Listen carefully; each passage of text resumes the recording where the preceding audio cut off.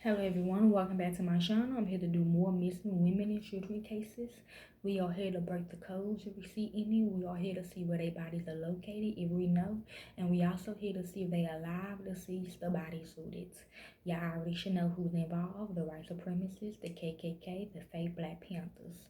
So let's begin. It's by a young woman named Chaunti, Chaunti, Bryla, Bryla, believed to have been murdered and disposed of in dumpster. So she's saying Murray did it, which is the grim sleeper. Okay, because she was on welfare.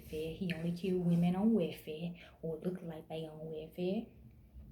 Okay, this is how she looks. In May 2019, I wrote about missing person Auntie Bryla. The last time anyone had contact with the 43-year-old woman was March the 14th, 2019. She said shit down here. She said shit anywhere where trash cans is at. She can't come out though. She said she on top of people and people on top of her. Women on top of her, she on top of people.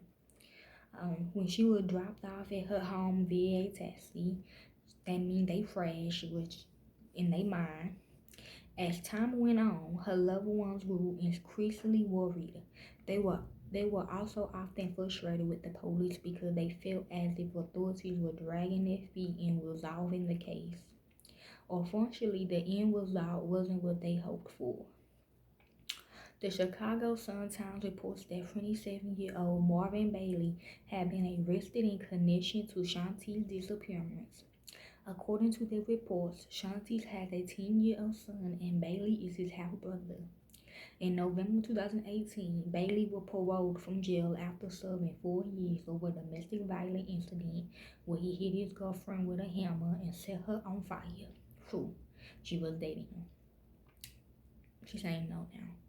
In February 2009, Chaunti allowed Bailey to move into her apartment.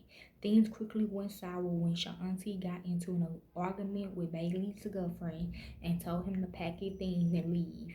Whoever he was dating down there in their organization. 2 weeks later, she went missing.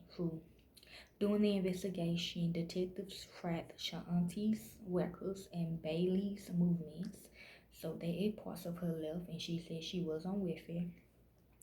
Bailey and a second person made their way around Chicago and they made all sorts of incriminating purchases, including bungee cords, ties, and a dolly, all with your auntie's debit card. My shake card, she's saying, on the 3rd. 2 days after anyone had contact with your auntie, Bailey called a lift and moved a large and heavy container with another person. They took the lift to Bailey's van and used the dolly to place the large container inside. They were seen by a resident in the area. This is also how she looks.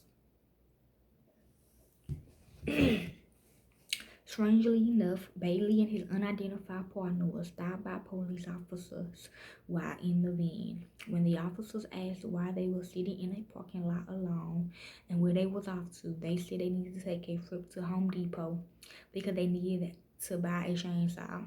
The police just gave them a verbal warning and went on their way.